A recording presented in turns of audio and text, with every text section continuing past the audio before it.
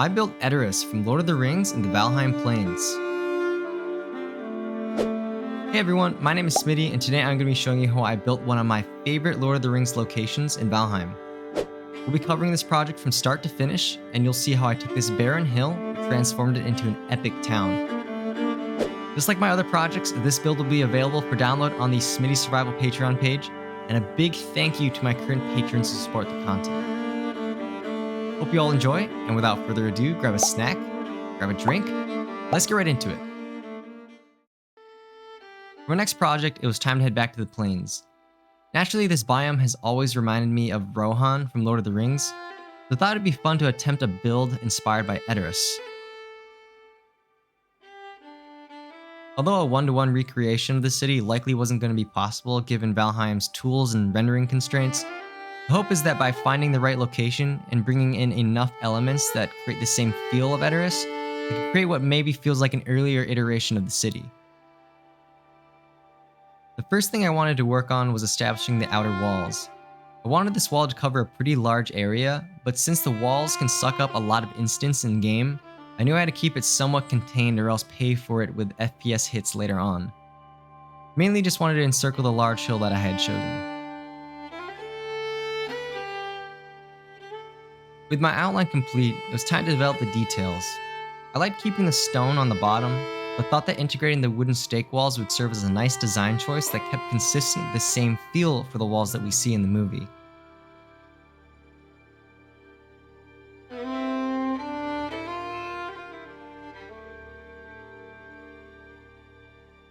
I started sampling the design on a smaller section of the wall to make sure I was okay with it, and then started building it out on the rest of my outline. I just wanted to make sure I didn't spend a bunch of time iterating a design that I ultimately didn't like, and then have to go back and correct a huge area, because it's happened before and it's definitely not fun.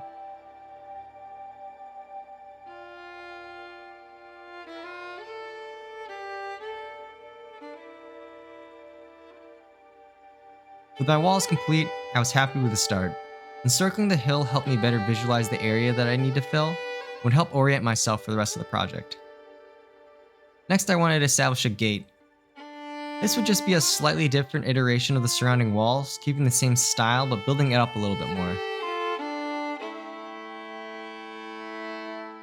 I stood up a pair of towers on each side, and then created a double layer gate to boost its defensive qualities.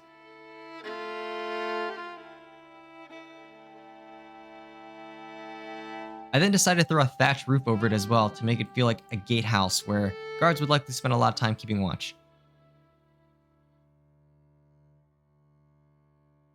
Next, I wanted to work on what I would consider the most important part of the project, the Golden Hall of Edoras. This structure is the focal point of the city and definitely the most iconic part of Edoras, so I needed to make sure I got this one right. I did a bit of research on different models and movie images to get a good sense of the size and shape of the structure, and then moved on building the stone foundation underneath, and then created an outline with some wood beams to ensure my spacing and shape was correct. Once everything looked good, I could then start building out the structure itself. I started with the entrance because this is definitely the most recognizable part of the Golden Hall, and when looking at references, the big elements that stuck out to me were the triple archway and tall pillars that framed the entrance, so I made sure to capture those to scale the best I could. And then for the sigil that is typically seen on the front of the building, I layered some banners underneath dark wood dividers to better highlight the ornate pattern, and then lined it with some beams. I continued to fill out the rest of the structure, which proved to be quite simple as the Golden Hall itself is actually not too complex of a building.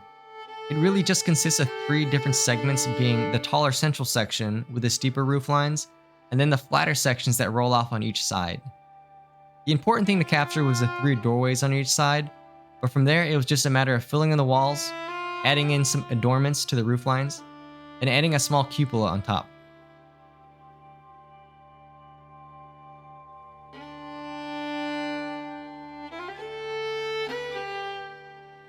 With the outer structure complete, I was really happy with the result. By capturing the main features we've come to know from the movies, I think it's actually very recognizable as the Golden Hall, which was the goal. I again studied some reference pictures before decorating the interior of the Golden Hall, just to see what elements I could incorporate, focusing on how the throne is framed and the spacing for the pillars within the hall.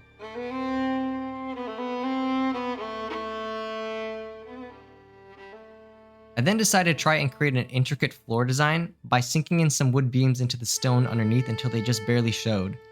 From there, I would just add a hearth in the middle, and then continue to furnish the structure like a mead hall.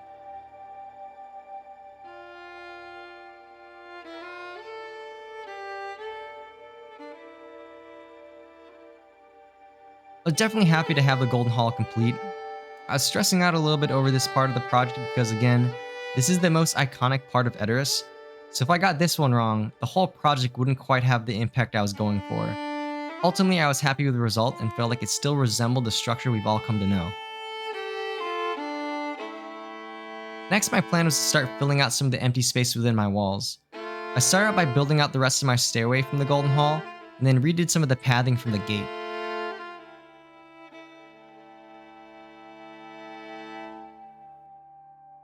Then it was time to plot out some areas for structures. I started by flattening some spots and then laid out some stone foundation pieces. Sometimes when working in towns with a finite amount of space, blocking up buildings in this way can help me better understand the spacing I'm working with. That way I can assess whether or not I like the layout before I invest in building out the structure itself, or make changes if needed. For instance, you'll see that some of these plots would remain as I continue to build, and others would be removed or adjusted as I continue to work through these areas.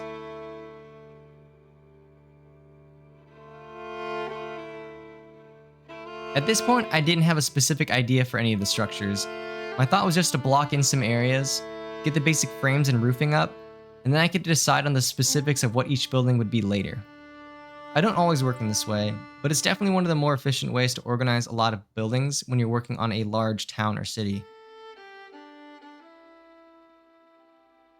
From here, I could see the town start taking shape a little bit more. Still a lot of work to be done on each building, but I was happy with the overall spacing of each structure, and now I could get into the details. The first building I wanted to build out would be a tavern. From what I've seen in the movies and references, Rohan's architecture seems to take inspiration from some Nordic Anglo-Saxon themes, which actually fits really nicely with Valheim's build pieces. But I wanted to keep everything here really modest, as Rohan was made up of yeomen or farmers, hardier folk that didn't have much but kept to their lands and horses, so nothing too fancy, and I wanted that to show in their architecture.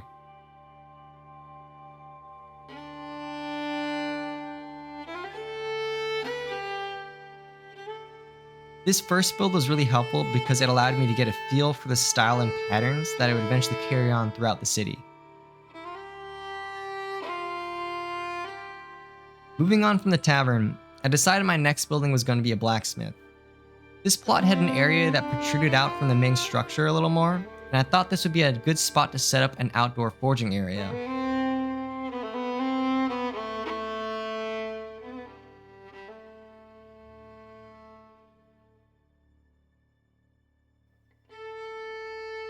The interior would just be a continuation of the forge, just adding additional spaces where more armaments would be crafted and honed, before eventually passing to the guards to defend the city.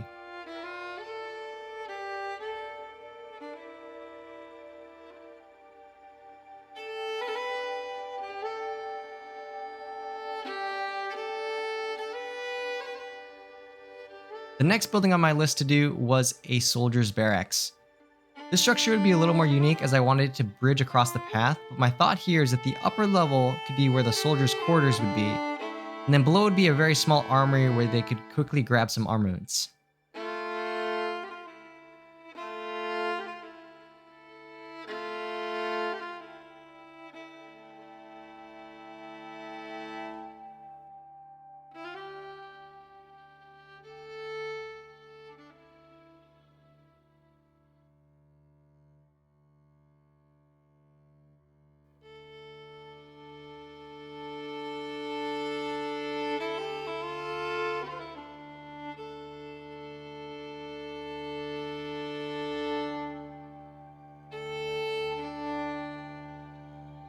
None of these buildings were super complex, but when you have a clean design and a consistent theme, it can make even the most basic buildings look really nice, and I was happy that this was coming through in my structures.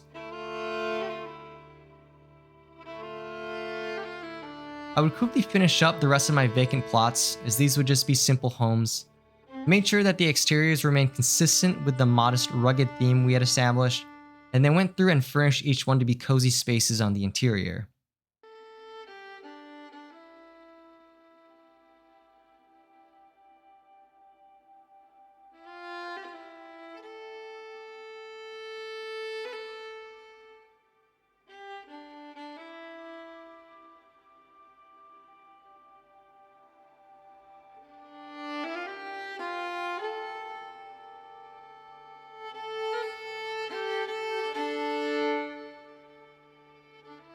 With the homes complete, the city was really starting to come together, and I think the structures below the Golden Hall really framed it nicely on the hill.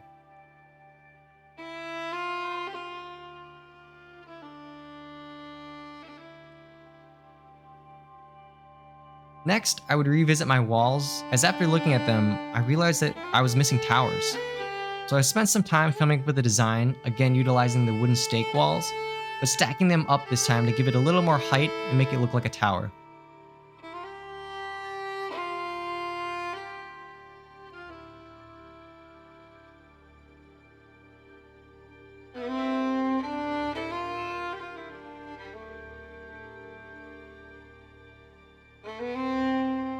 Always a good idea to revisit aspects of your build with a fresh set of eyes. In this case, I think the towers added just a little bit extra to my walls that I was looking for, and I was happy I made the change. Next, I started to think about what other lore-specific things I could incorporate into this project. What came to mind were the grave mounds that sit below the walls of Edoras. In the movie, we see these come up when Theoden, after breaking Grima's enchantment, realizes his son Theodred has been killed. After the funeral, we see him standing before these grave mounds, stricken with grief, and this is always a very poignant image in my head. I started out by cutting a new path through the wall, creating another small gate. I then continued to pathen my way down, snaking along the hillsides so I could later be able to leverage some of the natural geography of the hill to create some of my grave mounds. I then used the hoe to raise some terrain in some areas to accentuate where the graves would be. From there, I would block some entrances on the front of the mound with stone pieces and wood doors to give the suggestion of the tomb. Obviously, these aren't actual tombs since Valheim doesn't have any burrowing mechanics, but I think there's still a nice decorative element to add to the story. After the tombs were built, I added the white carrot seed flowers surrounding each of the mounds to resemble Symbolmuna, the white flowers that were known to grow on the graves of Rohan's royalty. And this turned out to be the perfect touch to finish these off, and I really liked how they highlighted the mounds.